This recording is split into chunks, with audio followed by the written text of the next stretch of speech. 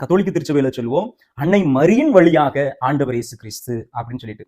ஒரு சில பேர் இதை கேள்வி கேட்பாங்க, எனக்கு ஆண்டவர் நேரடியா இருக்கிறாரு, கடவுளுக்கும் மனுஷனுக்கும் நடுவுல இருக்கிற ஒரே மீடியேட்டர், ஒரே நடுநிலையாளர் அது இயேசுதான் அப்படின்னு சொல்லிட்டு.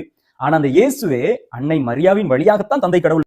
நாங்க என்ன சொல்றோம்னா, உண்மையிலேயே அன்னை மரியாள் மதிப்பு மிக்கவர்கள் தான். அதனாலதான் கடவுள் அவர்களை தெரிந்து கொண்டார். எப்படி ஊழியர்கள்லாம் உண்மை உள்ளவர்கள் என்று எண்ணி அப்போஸ்தலர்களை எல்லாரையும் தேவன் தெரிந்தெடுத்தாரோ, அதே போலதான் அன்னை மரியாளையும் தெரிந்தெடுத்தார். ஆனா ஒரு மனிதர்களுக்கு கொடுக்க வேண்டிய கணத்தை விட அதிகமாக நாம் கணத்தை கொடுக்கும்போது அங்கதான் அங்க தப்பா போகுது. இப்ப தாயையும் தகப்பனையும் ஆண்டவர் மதிக்க சொல்லுகிறார், தன் தாயையும் தகப்பனையும் கணம்பணன்னு சொல்றாரு. அப்படி கணம்பணன்னா நீர்க்காகங்கள் அவன் கண்களை பிடுங்கட்டுங்கிற அளவுக்கு பேசுறாரு. உன் பூமியிலே உன் ஆயுசு நாட்கள் பெருகி இருக்கன்னா உன் தாயையும் தகப்பனை கணம்பணனுங்கிறார். அதே சமயத்துல என்னை விட ஆண்டவரை விட தாயையோ தகப்பனையோ நேசிக்கிறவன் எனக்கு பாத்திரம் இல்லைங்கிறார். அப்ப நல்லா கவனிங்க, ஒருவருக்கு கொடுக்க வேண்டிய கணத்தை விட அதிகமாக நாம் செலுத்தப்படும் போது அங்கே அது தவறாக போய்விடும். கொடுக்கப்படுற அளவுக்கு ஒருத்தருக்கு கணத்தை கொடுங்க, மிதமிஞ்சி ஏன் கணத்தை கொடுக்குறீங்க? மரியாளுக்கு கொடுக்க வேண்டிய அளவுக்கு கணத்தை கொடுங்க. இந்த அளவுக்கா தூக்கி கணத்தை கொடுக்கறது? உடன்படிக்கை தூக்கிட்டு போனாங்க, அதே மாதிரி அன்னை மரியாளை நம்ம கொண்டாடணும், அப்படி சொல்லணும் இப்படி சொல்லணும். ரெண்டாவது, இன்னைக்கு மரியாதை வழிபடுறாங்க, அது உண்மை. ஆனா நிறைய பேர் அதை மடுப்புறாங்க. அந்த அம்மாவை அலங்கரித்து நகையெல்லாம் போட்டு அது இதுன்னு போட்டு இன்னுமே இயேசு என்னமோ குழந்தையா மடியில் இருக்கிற மாதிரி. இயேசு அவர் வளர்ந்து 30 வயசு ஆகி நமக்காக மறிச்சு போயிட்டாரு, இன்னுமே அவர் குழந்தையாவா இருக்கிறாரு?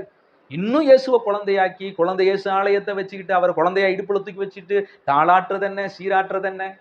ஐயா, முதலாவது இறைவனுக்கு ஒரு குறிப்பிட்ட வயசோடு பார்ப்பதே முதலாவது தவறு. புரியுதுங்களா? இறைவன் மனு உருவெடுத்து இங்க வந்தார், அதை நம்ம பைபிள்ல வாசிக்கிறோம். ஆனா இப்ப நம்ம இறைவனை எப்படி அறியணும்? பவுலடியார் என்ன சொல்றாரு?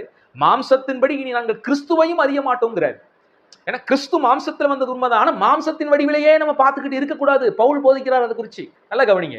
ஒருவேளை உங்க அடிப்படையிலே வர்றேனே, மரியாள் இயேசு கிறிஸ்துவை சுமஞ்சாங்க, இதுல நீங்க ஒரு வார்த்தை சொல்லிப்பீங்க, அதையும் நான் இங்க பண்ணிடுறேன். ஆண்டவரா இயேசு கிறிஸ்து தான் மத்தியஸ்தர். வேதாகமம் தெளிவா சொல்லுது, மரியாள் மத்தியஸ்தர் இல்ல. பிதாவுக்கும் குமாரனுக்கும் மரியாள் ஒண்ணு மத்தியஸ்தர் இல்ல. அப்ப பைபிள் தெளிவாக சொல்லுகிறது, ஆண்டவரா இயேசு கிறிஸ்து தான் நமக்கு மீடியேட்டர், வேற யாரும் கிடையாது. அவருடைய நாமத்தின் பேர்ல தான் ஜெபிக்கணும். அவருடைய நாமத்தின் பேர்ல அவரை விசுவாசிக்கிற யார் வேணாலும் நேரடியா ஆண்டவர்கிட்ட நெருங்கி ஜெபிக்க முடியும்.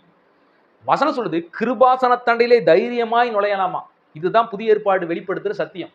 இதை தாண்டி அவர் வழியில நீங்கள் வேண்டிக் கொள்ளுங்கள், நீங்கள் வேண்டிக் கொள்ளுங்கள். உயிரோடு இருக்கிறவர்கள் நமக்காக ஜெபிக்கலாம், செத்தவர்கள் நமக்காக ஜெபிச்சுதான் ஒரு நன்மை வரணும்னு வேதகாமம் எங்கேயும் போதிக்கல.